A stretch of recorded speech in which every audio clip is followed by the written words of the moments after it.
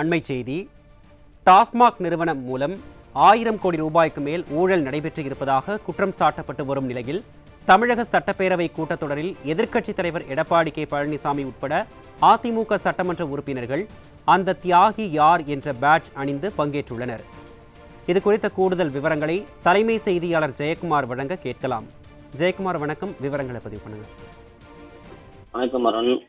தமிழகத்தில் திமுக ஆட்சியில் டாஸ்மாக் நிறுவனங்கள் மூலமாக 1000 கோடி ரூபாய்க்கு மேல் ஊழல் நடைபெற்றிருப்பதாக அமலாக்கத்துறை தெரிவித்திருக்கிறது.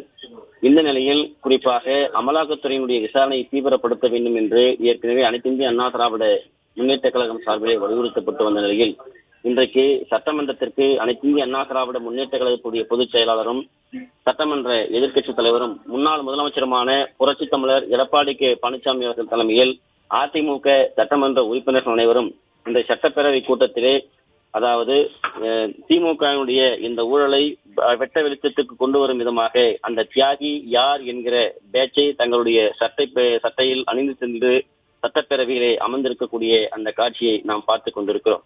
தமிழக அமைச்சரவையில் மின்சாரம் மற்றும் ஆயத்தீர்வுத்துறை அமைச்சராக செயல்பட்டு வரக்கூடிய செந்தில் பாலாஜி மீது அடுக்கடுக்கான புகார்களும் சோதனைகளும் ஏற்கனவே தமிழகத்தை மிகப்பெரிய அளவிலே ஊழல் குற்றச்சாட்டுகளுக்கு ஆளாகி இருக்கிறது. ஏறக்குறைய 350 நாட்களுக்கு மேலாக அவர்கள் கைது செய்து, அதாவது வரலாற்றிலேயே ஒரு அமைச்சர் ஒருவரை சிறையில் அடைத்தது தமிழகத்தில்தான் என்கிற மிகப்பெரிய ஒரு தலைக்குனிவை திமுக அரசு ஏற்படுத்தி இருக்கிறது. பிறகு மருத்துவ சிகிச்சையின் போது தனக்கு நெஞ்சுவலி என்று மிகப்பெரிய அளவில் திமுக அமைச்சர் அந்த காணொலி எல்லாம் வெளியாகி மிகப்பெரிய அளவிலே பரபரப்பை ஏற்படுத்தியது. திமுகவினுடைய மூத்த நிர்வாகிகள் இரவோடு இரவாக மருத்துவமனைக்கு சென்று நலம் விசாரித்தது, இப்படி பல்வேறு நாடகங்கள் அந்த சோதனைக்கு பின்னால் அரங்கேறியது. இந்த நிலையிலே டாஸ்மாக் துறையில் முறைகேடாக கொள்முதல் செய்வதிலிருந்து பல்வேறு ஊழல்கள் அடுக்கடுக்காக இருப்பதாக அமலாக்கத்துறை தொடர் சோதனை நடத்தியிருக்கிறது. இரவோடு இரவாக பல ஆவணங்களை பறிமுதல் செய்திருக்கிறது. ஏறக்குறைய ஸ்டாலினுடைய திமுக ஆட்சியில் டாஸ்மாக் துறையில் மட்டும் 1000 கோடி ரூபாய்க்கு மேல் ஊழல் நடந்திருப்பது அம்பலமாகி இருப்பதாக தெரிவிக்கப்பட்டது. இந்த வழக்கு நீதிமன்றத்திற்கு நாடி நீதிமன்றத்திலே, குறிப்பாக சென்னை நீதிமன்றத்தில் விசாரிக்க கூடாது, வேறு மாநில நீதிமன்றங்களுக்கு வழக்கை மாற்ற வேண்டும் என்றெல்லாம் திமுக தொடர்ந்து இந்த வழக்கில் இருந்து எப்படியாவது தப்பித்து விட வேண்டும் என்று அவர்கள் கோரிக்கை வைத்து வருகிறார்கள். ஆனால் அமலாக்கத்துறையோ சட்டத்தின் மீதும் நியாயத்தின் மீதும் இருக்கிற பல்வேறு ஆவணங்களுடைய அடிப்படையிலேயே இந்த சோதனை நடத்தப்பட்டிருக்கிறது. இதிலிருந்து தப்பிப்பதற்கும் இதிலிருந்து ஊழலை மறைப்பதற்குமாக திமுக அரசு இதுபோன்ற நடவடிக்கைகளை மேற்கொள்கிறது என்று பல்வேறு ஆதாரப்பூர்வமான ஆவணங்களை நீதிமன்றத்திலே சமர்ப்பித்திருக்கிறது.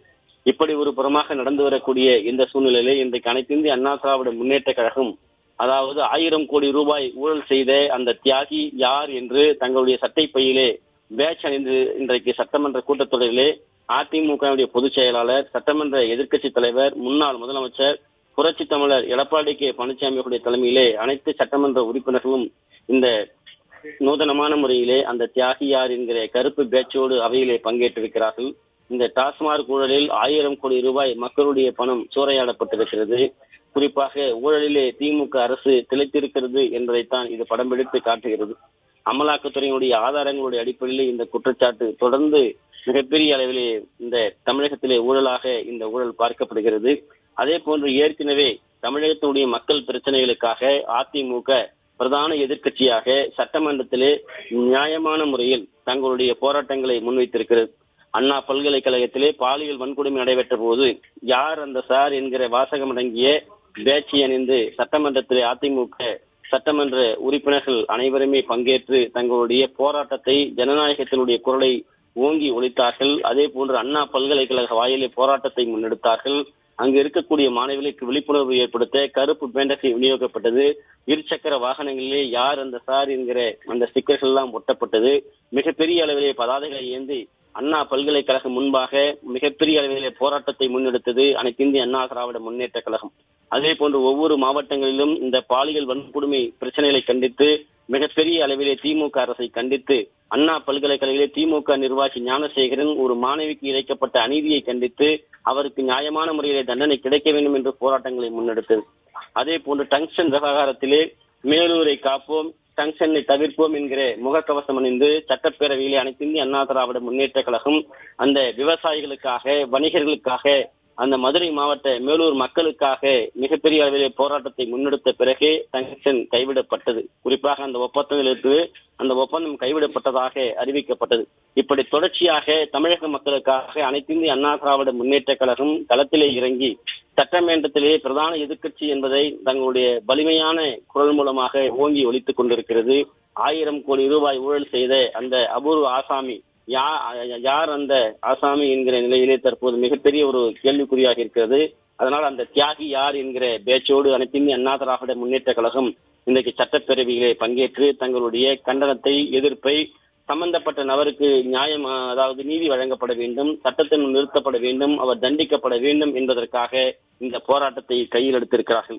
இன்றைக்கு சட்டமன்றத்தில் வந்திருக்கக்கூடிய அனைத்து இந்திய அண்ணா திராவிட முன்னேற்ற கழகத்துடைய உறுப்பினர்கள் அனைவருமே இந்த பேட்ச் அணிந்து கொண்டு வந்திருப்பது மிகப்பெரிய அளவிலே சட்டமன்றத்திலே திமுக தரப்பிற்கு தலைவலியாக மாறி இருக்கிறது. எப்படியாவது இந்த 1000 கோடி ரூபாய் ஊழல் மட்டுமில்லை, இதில் இன்னும் பல கோடி ஊழல்கள் மறைக்கப்பட்டிருப்பதாக தகவல் வந்து கொண்டிருக்கிறது.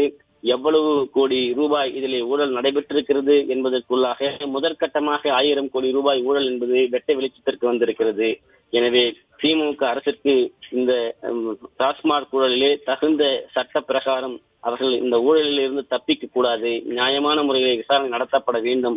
ஊழல்வாதிகள் யாராக இருந்தாலும், அந்த தியாகி யாராக இருந்தாலும் தண்டிக்கப்பட வேண்டும் என்ற நிலையிலே இன்றைக்கு சட்டமன்றத்திற்கு வந்திருக்கக்கூடிய அனைத்து இந்திய அண்ணா திராவிட முன்னேற்ற கழகத்துடைய சட்டமன்ற உறுப்பினர்கள், எதிர்க்கட்சி தலைவர் அனைவருமே இன்றைக்கு அந்த தியாகி யார் என்கிற பேட்சை அணிந்து சென்றிருக்கக்கூடிய அந்த காட்சிகளை நாம் பார்த்து கொண்டிருக்கிறோம்.